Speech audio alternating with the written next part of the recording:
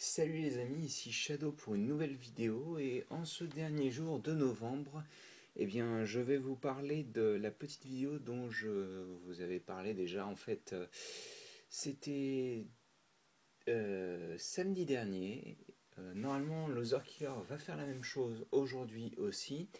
Et donc en fait, c'est un top 5 des choses que j'ai pu acheter et apprécier en fait en 2011. Bon, on va pas parler de tout ce qui est jeux vidéo ou autre, hein, ça c'est pas. Parce que des jeux vidéo, il y en a eu beaucoup en 2011, des très bons, mais c'est pas le sujet. Là, ça va être bien entendu les jouets, quoi, en gros, hein. Je vais essayer d'être le plus exhaustif possible sur ce dont je vais parler. Alors, ce sera pas forcément. Donc en fait, ce sera pas forcément exactement le jouet en particulier, ce sera peut-être ce jouet-là qui représentera une catégorie. Donc on va commencer tout de suite, je pense, par le numéro 5, hein, on va aller dans l'ordre décroissant.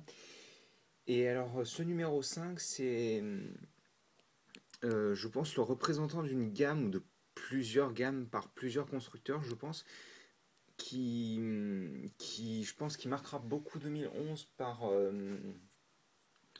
sa variété et sa qualité, je pense. C'est le CQB Spartan Cyan, donc. Vous l'avez vu ce mois-ci. Quand je l'ai eu, j'étais assez content. Je l'ai payé assez cher, il me semble, vu que j'étais à 3,50 € de la figurine. Mais bon, bref. C'est vraiment là, en particulier celui-ci, c'est vraiment pour représenter toutes les bonnes choses qu'on a eues en 2011. Parce qu'on a eu entre autres la vague 4, même 3 d'ailleurs, 3, 4, 5 de Lego, 3 en début d'année 2011. On a eu les deux premières vagues Marvel avec la seconde qui est apparue dans les Toys R Us récemment. On a eu. Alors, oui, c'est ça, c'est deux vagues de Halo, parce qu'il me semble que la seconde vague est sortie pareil début d'année 2011. Donc, plein de bonnes choses en fait. Et on a eu aussi, comme vous connaissiez, on a eu Dragon's Universe aussi avec cette super ouverture de sachet avec Loser Killer qui monte les escaliers et qui me réveille. Ouais, on a les sachets, vas-y, viens, on va faire la review. Et au final, il met une demi-heure à se préparer ou je sais plus quoi, mais c'était énorme. Et donc, on a fait une vidéo avec 20 sachets et tout, c'était génial.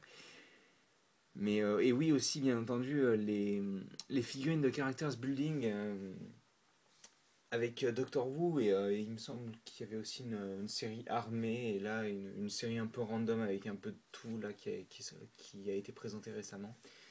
Enfin bon, les figurines, donc il y en a eu énormément et c'était franchement génial, je pense.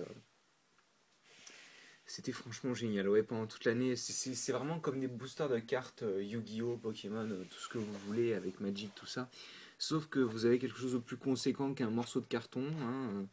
Et puis bon, il y a toujours moyen de tricher, contrairement au paquet de cartes où on ne peut pas vraiment tricher sans méthode assez complexe. Enfin bref, je parle. On va continuer donc avec le top 4, donc, enfin le numéro 4 du top 5 plutôt, qui est un set sorti, donc un set Lego sorti en début d'année 2011. Certains le reconnaîtront, je pense, hein. Donc on parle de Evo.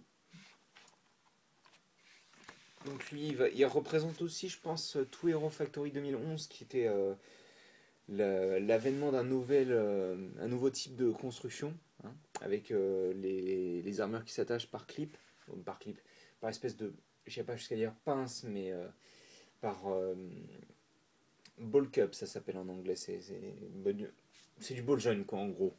Mais c'est vrai que on a eu une première gamme assez prototypesque, hein, avec donc les 6 héros qui avaient le même casque avec différents accessoires et qui se ressemblaient donc un peu tous en fait, hein, même si malgré tout au final ils sont pas si similaires que ça.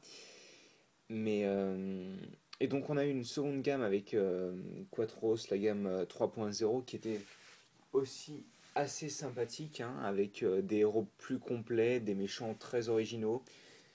Enfin, et donc j'ai choisi Evo parce que c'est mon préféré, je pense, hein. Malgré que les 3.0 soient plus complets, il reste tout de même mon préféré. J'aurais pu prendre mon héros Recon Team parce que c'est vrai que je l'aime beaucoup aussi. C'est normal, c'est moi qui l'ai créé. Et donc oui, en effet, Hero Recon Team qui était en...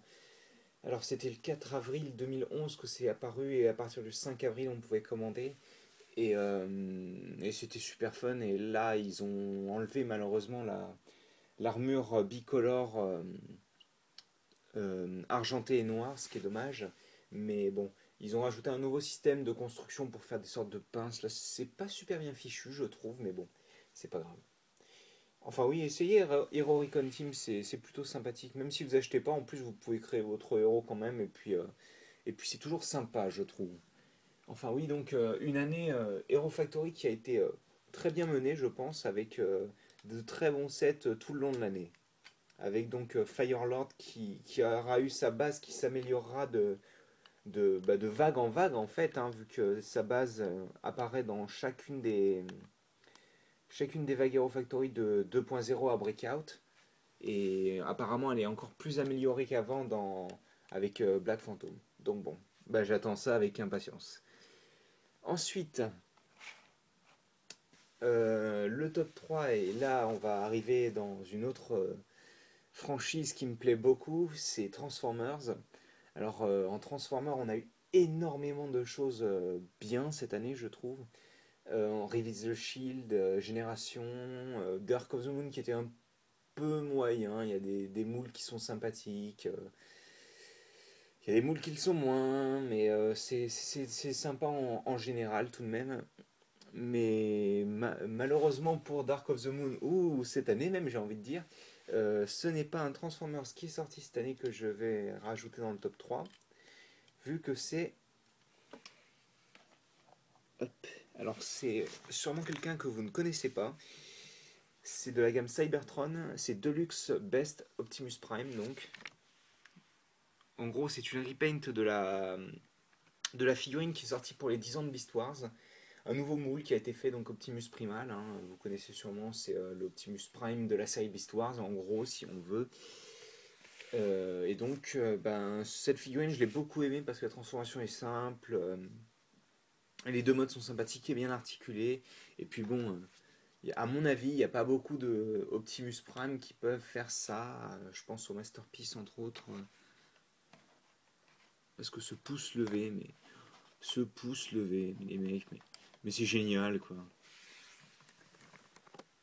Enfin bref. Donc on va écarter ça pour le top 2. Et alors là, le top 2, mais il sort de nulle part. Enfin pour vous dans tous les cas. Parce que eh ben, le top 2, c'est une figurine d'une gamme que vous ne connaissez sûrement pas. Pour la plupart dans tous les cas. Parce que c'est une figurine d'une gamme japonaise de Bandai du Japon. Bandai of Japan. Des Arts X. Rockman X si vous préférez. Alors... je pense que ça résume bien toutes les qualités que peuvent avoir des figurines sorties du Japon. Des parties interchangeables. Alors comme vous pouvez le voir ici, son canon est interchangeable. En fait, on peut retirer et rajouter un avant-bras normal et échanger aussi le canon de bras, hein. Il y a des effets de tir aussi qui sont très sympathiques, des mains alternatives, des faces alternatives, des articulations géniales, très franchement. Je veux dire, quand on voit ce genre de choses, je veux dire, elles sont bien pensées. Les joints là, de couleur gris foncé fonctionnent extrêmement bien et cachent l'articulation très bien. Enfin, c'est une figurine vraiment très sympathique. Je la recommande à tout le monde. Elle n'est pas forcément très... Elle est assez chère, on va dire, pour ce que c'est, parce que voilà, c'est une figurine d'une dizaine de centimètres, un peu plus. Quand on voit que Evo fait plutôt 14 cm, je pense, et qui coûte 10 euros même pas, alors que lui va coûter sûrement dans les 30 euros avec frais de port, c'est pas donné, mais c'est de la qualité. Voilà. Et donc ils ont sorti X, Full Armor X, 0, il y a Vile qui va arriver, et le 0 de X2. Enfin, X2 et plus tard, quoi. La version avec les épaulettes carrées et l'épée.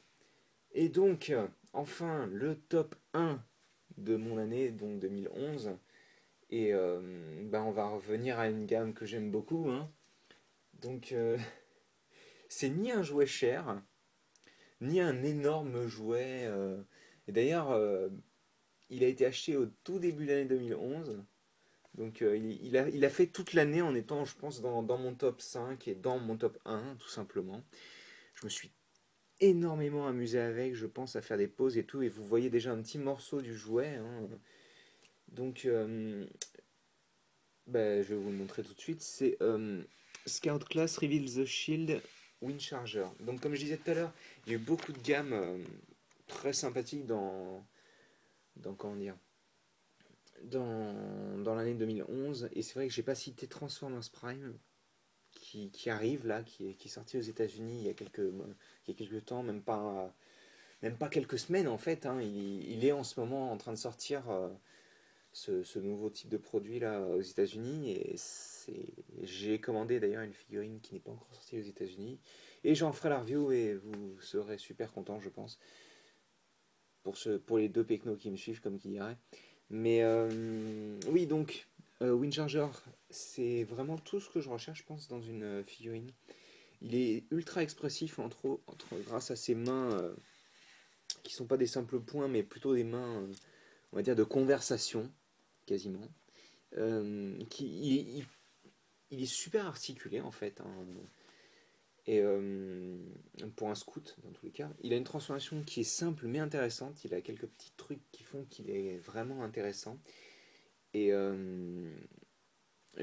en plus, je pense que la cerise sur le gâteau, c'est vraiment sa gimmick du canon au niveau des bras, là, au niveau des avant-bras, qu'il a sur les deux avant-bras. Donc il a des armes incluses qui ne tomberont pas. C'est vraiment le jouet à acheter, je pense, si vous voulez commencer Transformer, hein. C'est vraiment le must, à mon avis. Bon, après, ce qui est embêtant, c'est qu'une fois que vous avez goûté à ce genre de choses, vous avez plus trop envie de toucher aux Transformers qui sont bien, mais qui sont pas aussi bien que lui, en fait. Surtout si c'est votre premier, parce que bon, la première impression, en général, ça reste. Mais c'est vrai que celui-là est vraiment génial, quoi. Enfin voilà, donc c'était mon top 5. J'ai essayé de faire ça le plus divers possible tant qu'à faire, hein, parce que malgré tout, il y a quand même deux Transformers dans le top 5, hein. Mais c'est vrai que j'ai essayé de faire ça le plus divers possible. Je compte pas les jouets qui vont sortir en fin d'année parce que je pense pas qu'il y en ait qui vont arriver dans le top 5, très franchement. Mais enfin, il y en aura un, mais je le considère comme 2012 en effet. Donc bon, même s'il a été acheté en 2011, voilà. C'est donc, bah, je pense que c'est à peu près tout. Si vous avez des questions, des commentaires, n'hésitez pas, comme dirait Loser Killer. Et j'espère que lui aussi va pouvoir vous faire partager donc son top 5. Et puis pourquoi pas vous aussi essayer de nous faire soit une vidéo, soit en commentaire, un petit top 5 à vous de 2011, en précisant bien la figurine, parce que sinon, si on ne connaît pas forcément, moi par exemple, autant je suis un peu fan de Star Wars, autant j'achète aucune figurine, genre, enfin j'étais fan de Star Wars du moins, j'achète pas trop de figurines et tout, donc je m'y connais pas forcément, mais allez-y, faites votre top 5 par exemple dans les commentaires ou en vidéo, et puis bah, moi j'essaierai d'y répondre dans tous les cas, et bah, j'espère que vous avez apprécié. Je sais pas encore si demain il y aura le calendrier de l'Avent, et donc les 24 prochains jours, les mini-surprises du calendrier de l'Avent, je verrai. Euh, Parce que j'ai pas encore le calendrier tout simplement. Donc bah, si vous voyez une vidéo demain, c'est que je l'ai eu. Si vous voyez pas de vidéo, c'est que bah, je l'ai pas eu. Donc je vous dis à la prochaine. Allez, à plus tard.